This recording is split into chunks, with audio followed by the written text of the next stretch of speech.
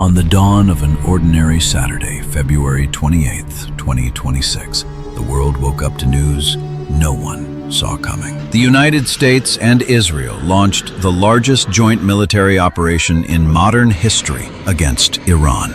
The supreme leader was killed. 6 Gulf nations entered the line of fire, and the Strait of Hormuz became the most dangerous point on Earth. Today, we walk you through the story of this war from the very first strike, and we uncover the intentions that the news broadcasts don't tell you. At 2:30 a.m. Washington time, the American president posted an 8-minute video on Truth Social announcing the start of major combat operations against Iran. The Israel Defense Forces, the IDF, announced through their official account the launch of Operation Roaring Lion, stating, IDF forces are striking hundreds of targets across western Iran. Simultaneously, the United States launched Operation Epic Fury with B-2 bombers, F-35 fighters, and cruise missiles. The Pentagon officially announced the targets of both operations: Iranian nuclear facilities, missile systems, Revolutionary Guard bases, and what the statement called the regime's top command. The most serious thing that happened in the opening hours wasn't the scale of the strikes. It was who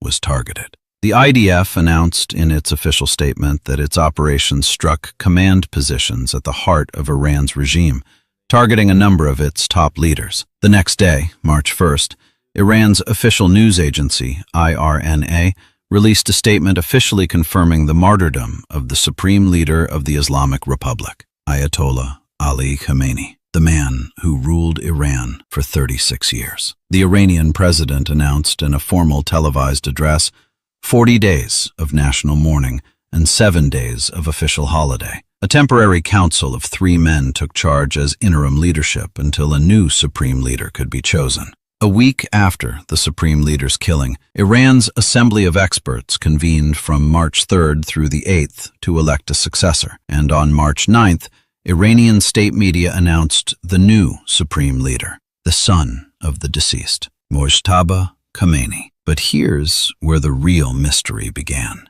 Mojtaba Khamenei's first statement after his appointment came in writing only. He didn't read it himself. He didn't appear on television. He didn't address the people, not by voice, not by image. And from that day on, Mojtaba has not appeared in public a single time. According to multiple sources, including Iran International, the official statement was not even delivered by Mojtaba himself, which has raised serious doubts. Is he wounded? Is he being held? Was he actually killed in the first strikes alongside his father and hasn't been declared yet? The Iranian government, to this day, has not issued a single official statement confirming he is alive or safe. And stranger still, the streets of Tehran saw chants of "Death to Mojtaba" right after his appointment, a sign that even his elevation lacked popular consensus. What's striking about the hours that followed the first strikes? Iran did not fall into a leadership vacuum. Even though several top leaders had been killed, Iran's Revolutionary Guard reorganized its defenses and its ranks at record speed. New commanders appeared within hours, and counterstrikes on Gulf states continued without pause. How? The answer is this: Iran had a strategic plan prepared long in advance. When any commander is assassinated, his successor is automatically installed, according to a pre-built, methodical plan. No vacuum, no delay, no confusion. This plan was not improvisation, and it wasn't a reaction. It was structural preparation, evidence that Iran anticipated this moment and equipped itself for it years in advance. This subject, on its own, deserves a deeper look. How did Iran build this automatic succession system? When did the preparation begin? And how deep does this network run within the command structure? We'll dedicate a full upcoming episode to walk through it in detail. Before we go on, there's an important story the world has started to forget, lost in the noise of the war.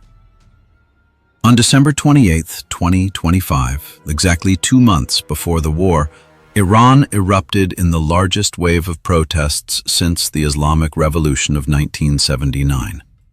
The protests spread across more than 200 cities and lasted for weeks, driven by the collapse of the Iranian currency, inflation, and shortages of basic goods. The British Parliament, in an official report from the House of Commons Library, documented the events and classified them as the largest internal challenge the regime has faced in decades. The crackdown was brutal, carried out, the report states, under direct orders from Khamenei. What happened after was striking. After Khamenei's death on February 28th, some Iranian cities witnessed open public celebrations in the streets. And after Mojtaba's appointment, the chant of "Death to Mojtaba" rang out in residential neighborhoods.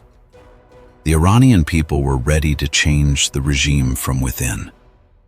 But the foreign war swallowed the internal revolution. The Iranian citizen who had been in the streets against his own government suddenly found himself under American-Israeli bombardment. The priority shifted from confronting the regime to surviving, and the revolution, for all practical purposes, froze. Within hours of the first strikes, Iran's Revolutionary Guard issued an official statement through its media arm, Sepah News, announcing sweeping retaliation against American bases in the Gulf. The statement confirmed strikes on American military bases in a number of Gulf countries, noting that some of these bases sustained serious damage, putting them completely out of service.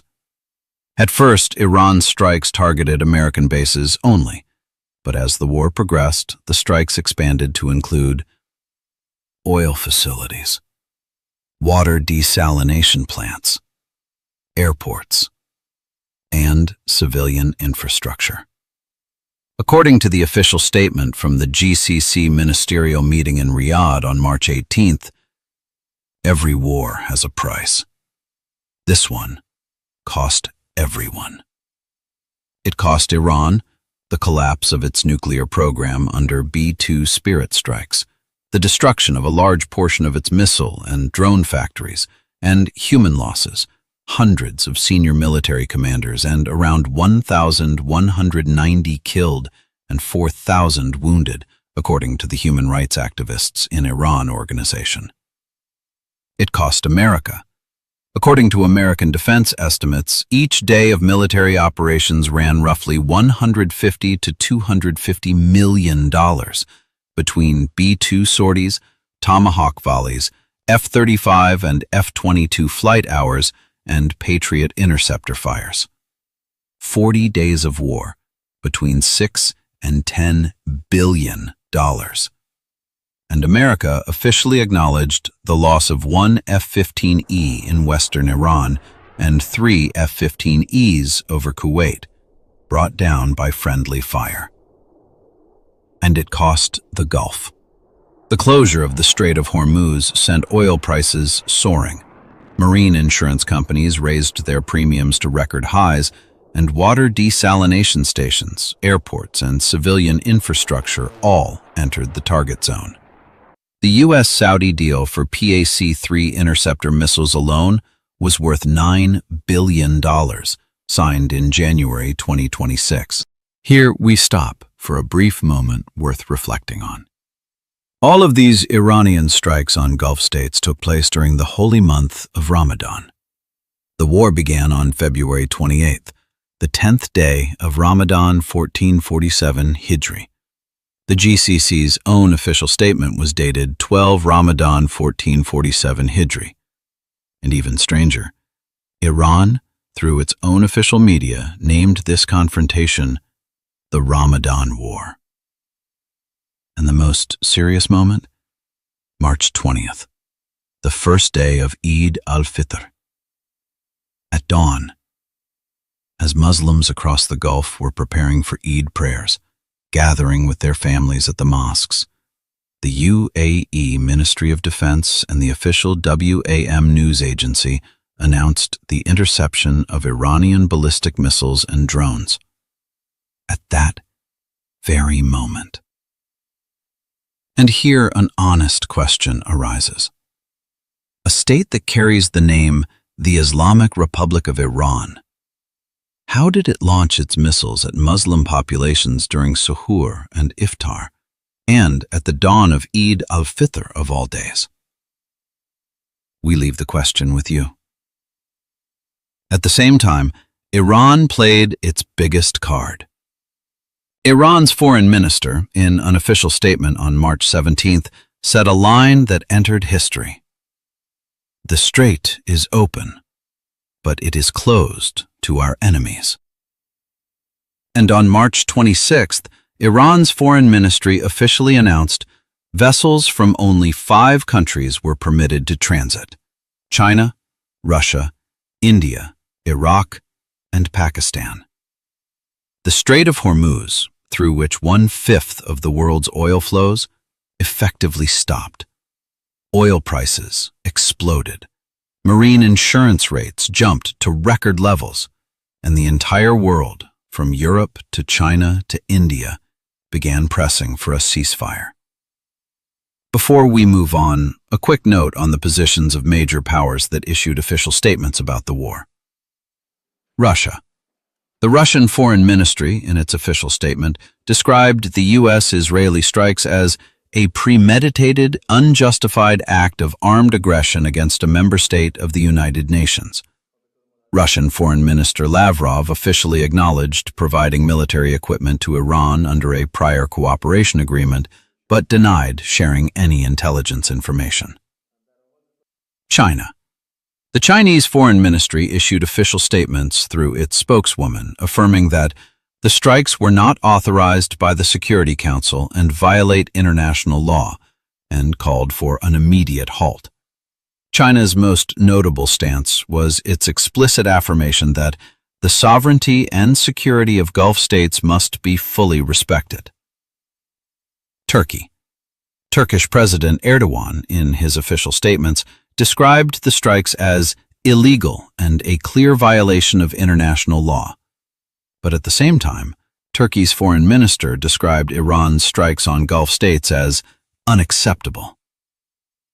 North Korea. The North Korean Foreign Ministry, through the official KCNA agency, described the operation as an illegitimate aggression and officially announced its respect for Iran's choice of Mojtaba Khamenei as the new supreme leader. On March 2nd, Hezbollah entered the war from Lebanon, launching missiles and drones at Israel. But what happened in April changed the picture entirely. On April 9th, 2026, the official Lebanese government, headed by President Joseph Aoun and Prime Minister Nawaf Salam, announced direct negotiations with Israel in Washington. The Lebanese ambassador, the Israeli ambassador, and the U.S. State Department as mediator. Without Iran. The Lebanese government's statement was clear. Any ceasefire must be the result of negotiations between Israel and the government of Lebanon. But the story of Hezbollah itself, its roots, its role, the losses in Lebanon, is a much bigger story. We'll dedicate a full upcoming episode to it. To understand Iraq's position in this war, we need to step back. In March 2003, the United States invaded Iraq based on the official claim that the Iraqi regime possessed weapons of mass destruction and a secret nuclear program. On the basis of that claim, the regime fell and the Iraqi state collapsed entirely. But the story didn't end there. A year after the invasion, the Iraq Survey Group, an official U.S. investigative body, issued its final report, known as the Dulfer Report, in September 2004. It concluded, officially, that Iraq did not possess weapons of mass destruction at the time of the invasion. And in July 2016, the British Chilcot Report confirmed that the intelligence upon which the decision for war was built was flawed. And Iraq, to this day, 23 years after that invasion, has not fully risen to its feet. The state is weak, its institutions are broken, and the vacuum left by the regime's collapse opened the door to wide foreign influence. From that very internal fracture emerged the armed factions and parties on Iraqi soil that built their influence and their allegiance with Tehran. And in the 2026 war, those Iran-aligned factions, foremost among them the Popular Mobilization Forces, issued official statements declaring their participation in the response to American strikes. Meanwhile, the official Iraqi government declared neutrality and urged that Iraq not be dragged into a new war.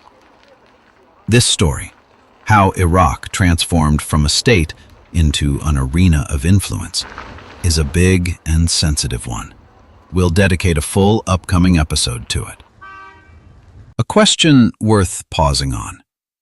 Why this war, and why now? The Pentagon and the White House were clear in their official statements. The primary target of the war was Iran's nuclear program. The Natanz and Fordo facilities, the most important enrichment sites in Iran, were subjected to intensive strikes. But the official reports of the International Atomic Energy Agency reveal something unsettling. Iran currently holds 400 kilograms of uranium enriched to 60%. And no one, including the IAEA itself, knows exactly where this uranium is stored. And more importantly, Iran officially suspended its cooperation with the IAEA in July 2025.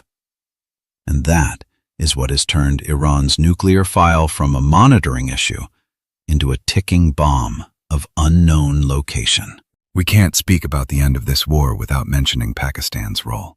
Behind the scenes, Pakistan's Prime Minister Shehbaz Sharif and the Chief of the Army Staff, Field Marshal Asim Munir, moved as direct mediators between Washington and Tehran. On April 8, 2026, the Pakistani Prime Minister announced through his official account that a temporary ceasefire had been reached. And on April 10th, the first round of direct talks began in Islamabad. The UN Secretary-General officially welcomed Pakistan's efforts. But the gap between the two sides remains wide. The American 15-point proposal demands a complete halt to enrichment, while the Iranian 10-point proposal holds to the right to peaceful enrichment in exchange for lifting sanctions. The ceasefire holds, but peace is still far away. Before we close, we need to mention 3 stories that broke in the last few days. Stories still fresh. On April 11th, the very day this video was made, the New York Times published a report citing American officials. Iran has lost track of the locations of the mines it deployed in the Strait of Hormuz. And the mines were not laid by large ships, but by small, fast boats operating in the dark without central command, between 2,000 and 6,000 mines scattered at random. But here's what stands out. In recent weeks, Iran has permitted 20 Pakistani ships to transit the strait at a rate of 2 ships per day, escorted by Iranian boats on the right, on the left, and from behind. And vessels from China, Russia, India, and Iraq continue to transit safely. So if Iran has really lost the map, how does it escort its allies' ships with this precision? We leave the question with the audience. On April 10th, CNN published an exclusive report citing 3 American intelligence sources. Beijing is preparing to ship weapons to Iran within the coming weeks, through third countries, to conceal the origin. The weapons in question? Shoulder-fired missiles of the man-pads category, roughly the same type of weapon that is believed to have brought down the American F-15E over Iran on April 3rd. China responded officially. China has not provided weapons to any party to the conflict, and the information circulating is untrue. The American president issued an order imposing a 50% tariff on any country that supplies Iran with military weapons. The report is not officially confirmed by the Pentagon. Its source is intelligence leaks, and China denies it. But the timing, coming right after the F-15 was brought down, makes this file one of the most dangerous of the coming weeks. 40 days. A supreme leader was killed. His son disappeared. A regional axis collapsed. Lebanon left the Iranian orbit. American bases in the Gulf came under fire.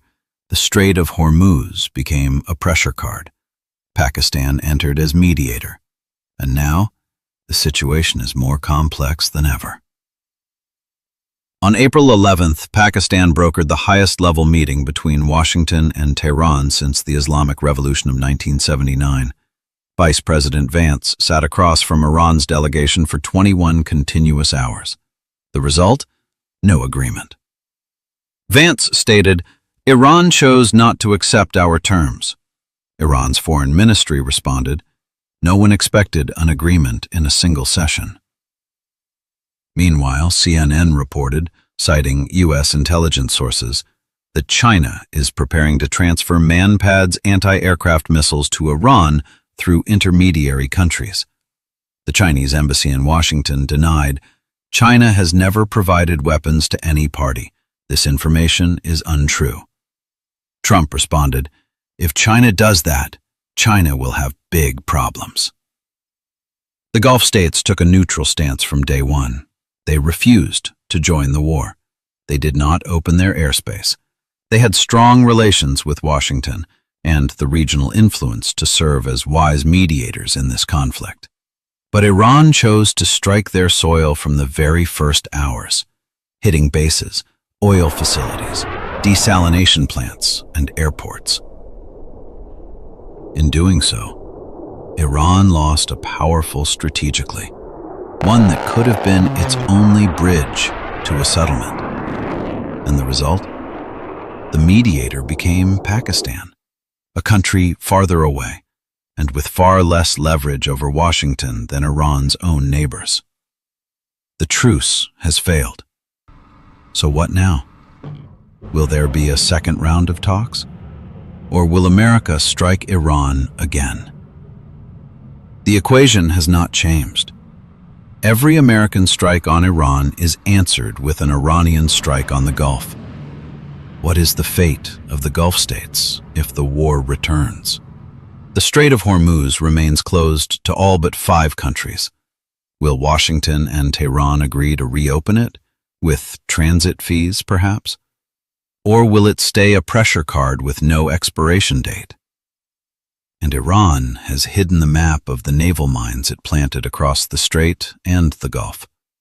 These mines threaten every vessel that passes, military or commercial. Can America solve this puzzle without Iran's map? Or is this a new Iranian pressure card, one that outlasts the war itself? Everything we've stated as fact in this video is sourced to official public statements. The analysis is our personal view and open to your own judgment.